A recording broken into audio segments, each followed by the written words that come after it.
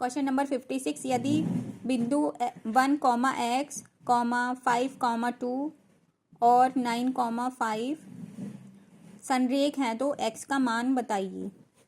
ये question PCS 2024 का CSAT का क्वेश्चन है।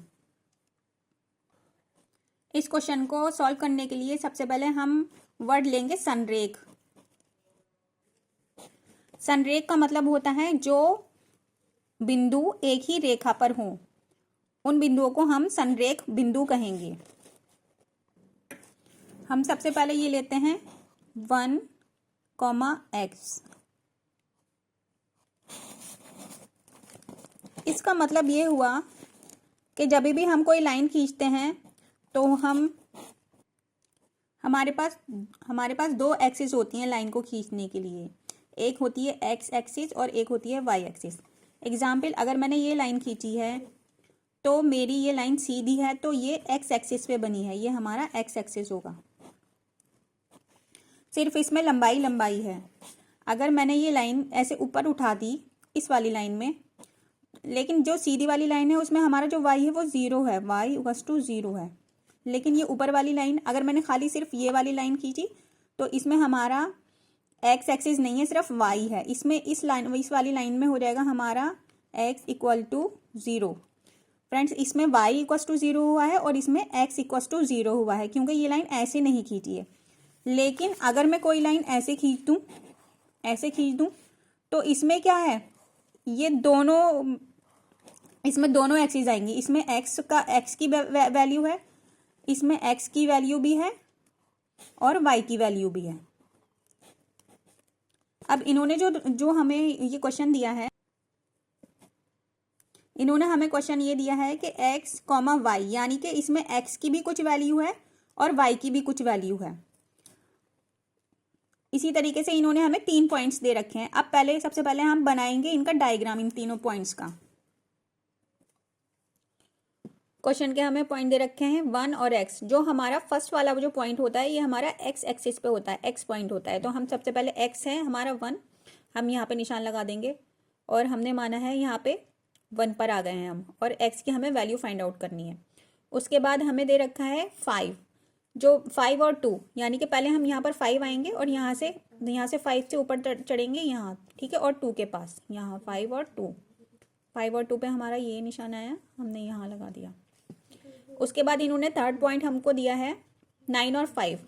तो सबसे पहले जब 9 है तो हम यहाँ 9 पे ही चलेंगे, 9 पे चले हम, और फिर हम आए 5 पर, यहाँ पर 9 और 5। तो ये एक हमारा संरेखित बिंदु हैं। ये 3 हम इनको ऐसे मिला देंगे, ये संरेखित हमारे बिंदु हैं। थोड़ा ड्रॉ करने में परेशानी हो रही है, पुनः हमारी सीधी लाइन आएगी तो हम इनके नाम लिख देते हैं। ये हमारा है 1, x, 5, 2 और 9, 5। तो जब भी हमको इसका वैल्यू फाइंड आउट करनी होती है, जैसे इसमें हमें x की फाइंड आउट करनी है वैल्यू, तो हम फॉर्मूला लगाते हैं। जब एक ही रेखा में होते हैं बिंदु तो हमारा फॉर्मूला होता है स्लोप का, क्योंकि देखिए ये स्लोप बन गया ऐसे करके। तो हमारा फॉर्मूला होता है, इस स्लोप को फाइंड आउट करने का फॉर्मूला होता है हमारा y2 माइनस y1 बटे x2 minus x1, y3 minus का y2 upon to be x3 minus का x2, y1 माइनस का y3 upon to be x1 minus का y3। अब इन सबको फाइंड आउट करने के लिए हमें वैल्यू की भी ज़रूरत होती है, तो ये इसी पॉइंट में से हमारी वैल्यूज़ निकल आएंगी। तो हमारा ये जो फर्स्ट वाला पार्ट होता है, सबसे हम वो लिख लेते हैं, वैल्यूज़ लिख लेते हैं x1, x2, x3। फिर हम लिखेंगे यहाँ पर y1,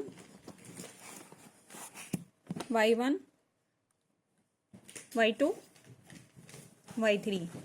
इजी वे बता रही हूँ आपको, बहुत ही, इससे ज़्यादा इजी वे आपको कहीं पे भी नहीं मिलेगा।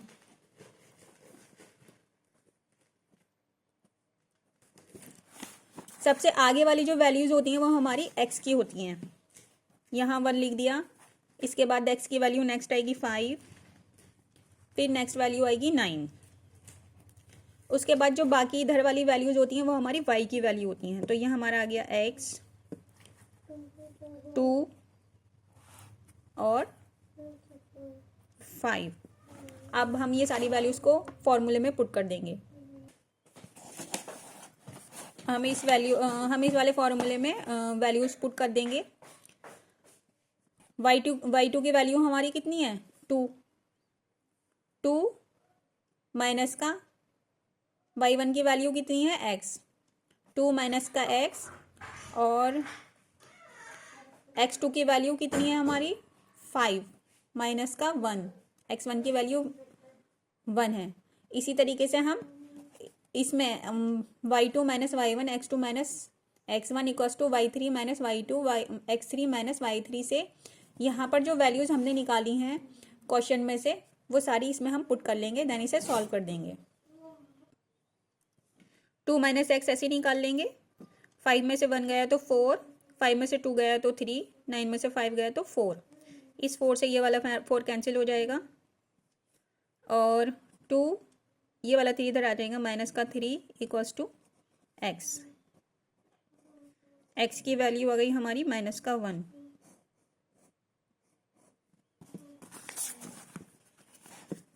इसका आंसर हो जाएगा 3।